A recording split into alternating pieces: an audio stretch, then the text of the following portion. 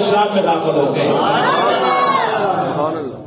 اسی ایک مرد خدا کی کاوشوں اور جد و جہد کی وجہ سے اور ان کی تعلیمات کی وجہ سے 90 لاکھ کافروں نے کفر کا جنجو توڑا ہے اور دائرہ اسلام میں داخل ہوئے ہیں. یہی وجہ ہے غیر مسلم بھی لکھنے پر مجبور ہوئے ہیں.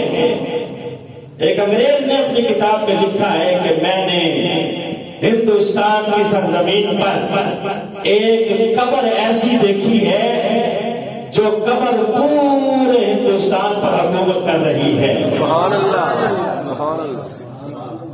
پورے ہندوستان پہ حکومت کر رہے ہیں. وہ حکومت یہ نہیں ہے کہ بادشاہوں کی طرح، لیکن اس قبر کا لوگ اتنا ادب کرتے ہیں اور وہاں آتے ہیں کہ بادشاہوں کا بھی اتنا نہیں کرتے.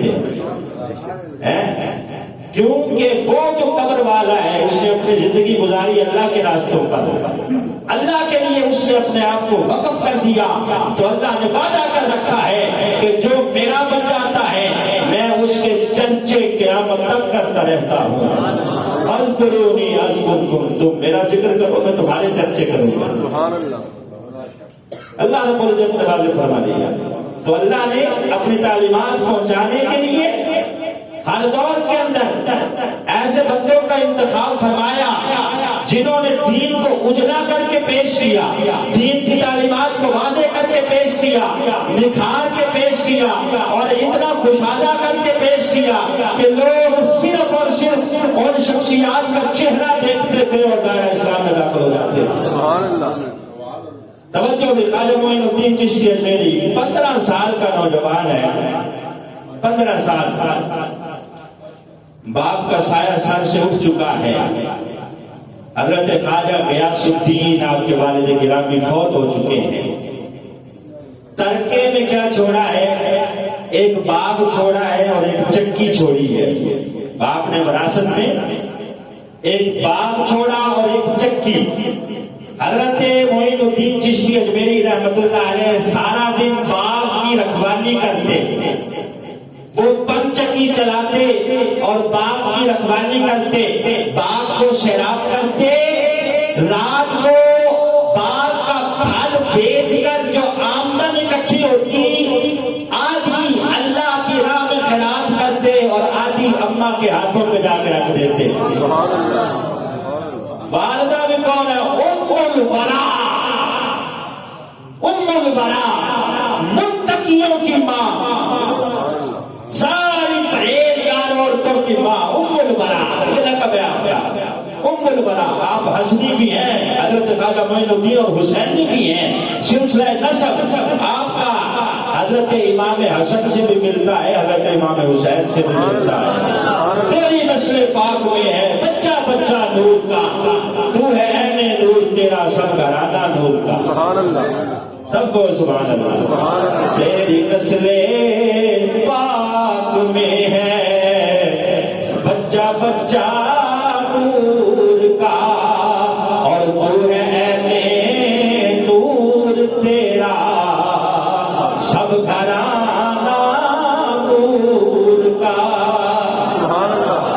اس گھرانے کا تو بچہ بچہ نور ہے، جس گھرانے کا یہ فرزند ہے جس کا آپ ذکر کر رہے ہیں. ایک دن باغ کی رکھوالی کر رہے تھے، باغ کو سیراب کر رہے تھے کہ ایک بزرگ سفید ریش، سفید داڑھی والا باغ کے اندر داخل ہوا. جیسے باغ میں داخل ہوا یہ 15 سالہ نوجوان بچہ اٹھ کے کھڑا ہو گیا. کھڑا ہو کے ادب کے ساتھ اس بزرگ کا استقبال کیا. پہلے بچے کرتے تھے نا بزرگوں کا ادب، اب نہیں رہا تو کوئی بات نہیں، لیکن پہلے تو ادب بزرگوں کا کیا جاتا تھا. اب نوجوان ادب کے ساتھ آگے بڑھ کے احترام کے ساتھ استقبال کر کے لا کے اپنی نشست پہ اس نوجوان کو اس بزرگ کو بٹھا دیتا ہے. بٹھا کے اپنے باغ سے انگور توڑ کے اس بزرگ کو پیش کرتا ہے کہ جناب یہ کھائیے، تناول فرمائیے. اب وہ بزرگ انگور کھا رہا ہے اور دل ہی دل میں دعائیں دے رہا ہے، دعائیں دے رہا ہے. انگور کھانے کے بعد بزرگ نے اپنی جیب میں ہاتھ ڈالا، ڈال کے ایک اسے چبایا، چبا کے اس نوجوان کے منہ میں ڈال دیا۔ اس نوجوان کا جیسے ہی وہ روٹی کے ٹکڑے کو نگلنا ہوا، کہتا ہے کہ اللہ نے 14 طبق روشن کر دیے، سبحان اللہ دنیا کی محبت اٹھ گئی۔ وہ دن تھا کہ اللہ نے دل میں ڈال دیا کہ معین الدین، تجھے ہم نے دنیا کے لیے پیدا نہیں کیا، تجھے ہم نے دین کے لیے پیدا کیا۔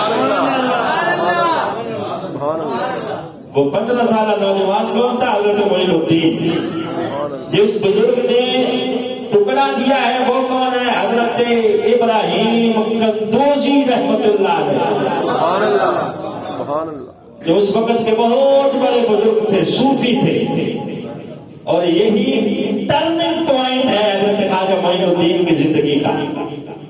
ہر بندے کی زندگی میں ایک ٹرننگ پوائنٹ آتا ہے نا، جہاں سے وہ ٹرن لیتا ہے تو اس کے بعد پھر چار چاند لگ جاتے ہیں۔ تو حضرت خواجہ معین الدین چشتی اجمیری کی زندگی کا بھی یہ ٹرننگ پوائنٹ تھا کہ آپ نے اس بزرگ کا ادب کیا ہے، اس ادب کی وجہ سے اللہ نے آپ کو ولی کامل بنا دیا ہے۔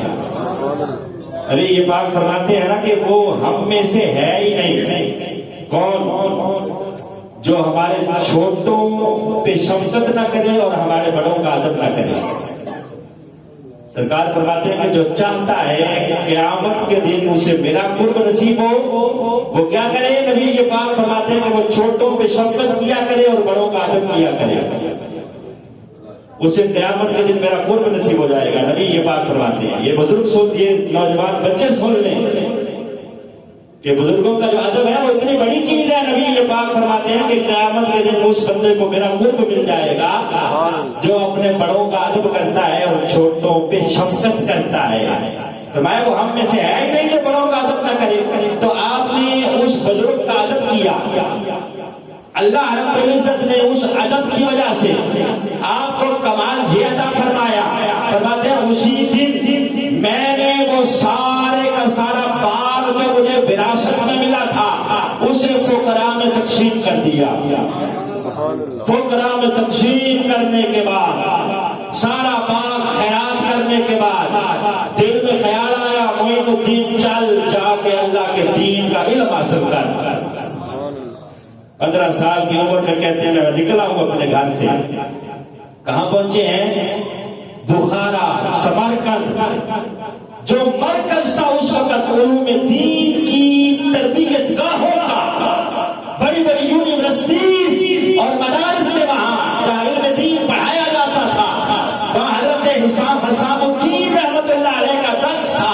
فرماتے ہیں میں وہاں پہنچا، ان کے آگے زانوِ تلمس طے کیا اور وہاں سب سے پہلے میں نے قرآن پاک حفظ کیا۔ حضرت خواجہ معین الدین چشتی اجمیری رحمت اللہ 15 سال کی عمر میں گھر سے نکلے، پھر کہتے ہیں کہ پہلے میں نے قرآن پاک حفظ کیا، اس کے بعد 24 سال کی عمر کو جب آپ پہنچتے ہیں تو جتنی بھی علوم دین کی اس وقت کی کتب تھی وہ ساری کی ساری پڑھ کے آپ ایک مکمل عالم دین بن چکے ہیں۔ 24 سال کی عمر میں کہتے ہیں کہ میں علم دین کے سمندر کا مباحث اعظم بن گیا۔ جو مجوزہ دینی تعلیمات اس وقت تھی وہ ساری کی ساری آپ نے حاصل کر لی۔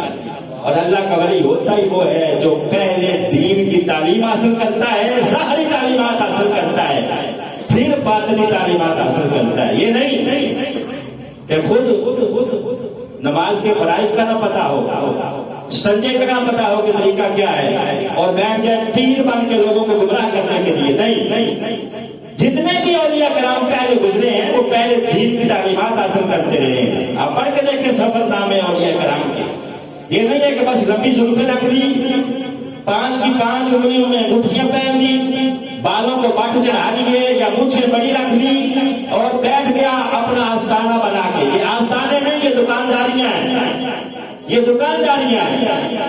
جسے خود نہیں پتا کہ فرائض کیا ہے نماز کے، خود نہیں پتا کہ جنازے کا طریقہ کیا ہے، خود نہیں پتا کہ پاک ہونے کا طریقہ کیا ہے، وہ لوگوں کی ہدایت اور ان کی رہنمائی کیا کرے گا؟